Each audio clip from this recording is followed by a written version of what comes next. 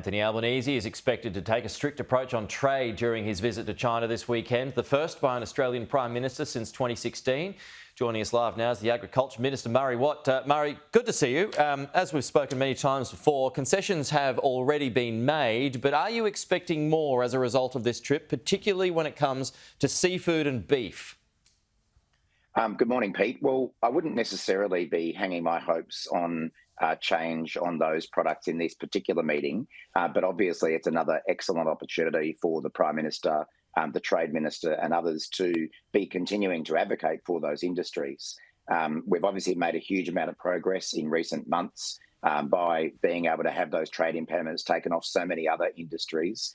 When we came to power about 18 months ago, we had about, sorry, Pete, frog in the throat.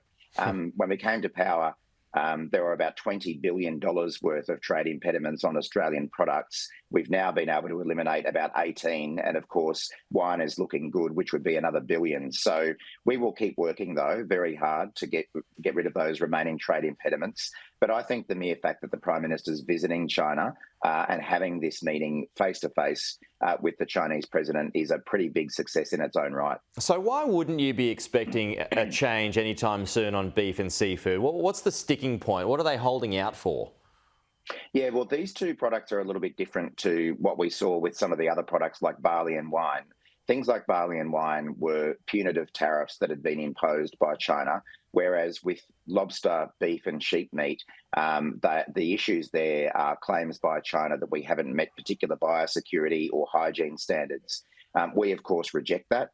We have provided evidence repeatedly, particularly my department, the Department of Agriculture, has been very involved in this, in demonstrating that we do meet China's requirements when it comes to biosecurity and hygiene standards. But obviously, these things are a matter for China themselves. Yeah. We will keep putting forward that evidence, but ultimately it's a decision for them. But I can assure you, every meeting I've had, every meeting Don Farrell's had, and same with others, we keep raising these issues and we want to see them resolved. And you mentioned wine there. I mean, is there a chance as a result of the Prime Minister's trip that the timeline can be expedited? We're not necessarily expecting that, Pete. I mean, the fact that we've been able to get China to reach an agreement with us to review their tariffs is an incredibly positive development. And obviously, we expect now that it will follow the same path as barley. Of course, we would like to see that resolved sooner rather than later.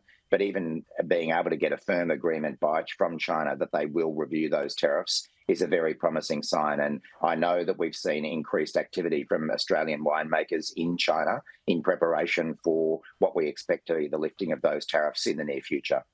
China wants our help in joining the CPTPP. Why not support their bid for that?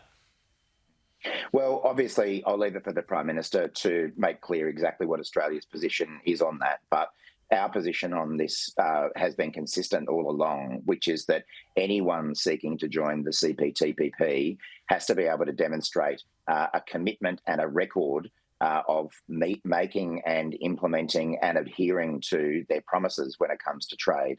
And the other issue is that to gain access to the CPTPP, that requires the unanimous agreement of all parties to that agreement. So it's not simply a decision of Australia in our own right. Every single country, and there are now 12, would have to agree. But it really comes down to that ability to adhere to trade commitments. And that's something that China would need to be able to demonstrate. OK, and just finally, Murray, bushfire support extended for parts of Queensland? Yeah, that's right, Pete. We've this morning activating further assistance for a number of areas in the Bundaberg region, Gladstone region, the Southern Downs. You would have seen some fires down near the New South Wales border. So further assistance activated for people. We want to obviously help people get back up on their feet through these fires. Okay. I'll let you get a glass of water. Murray Watt, thank you. We'll talk to you soon.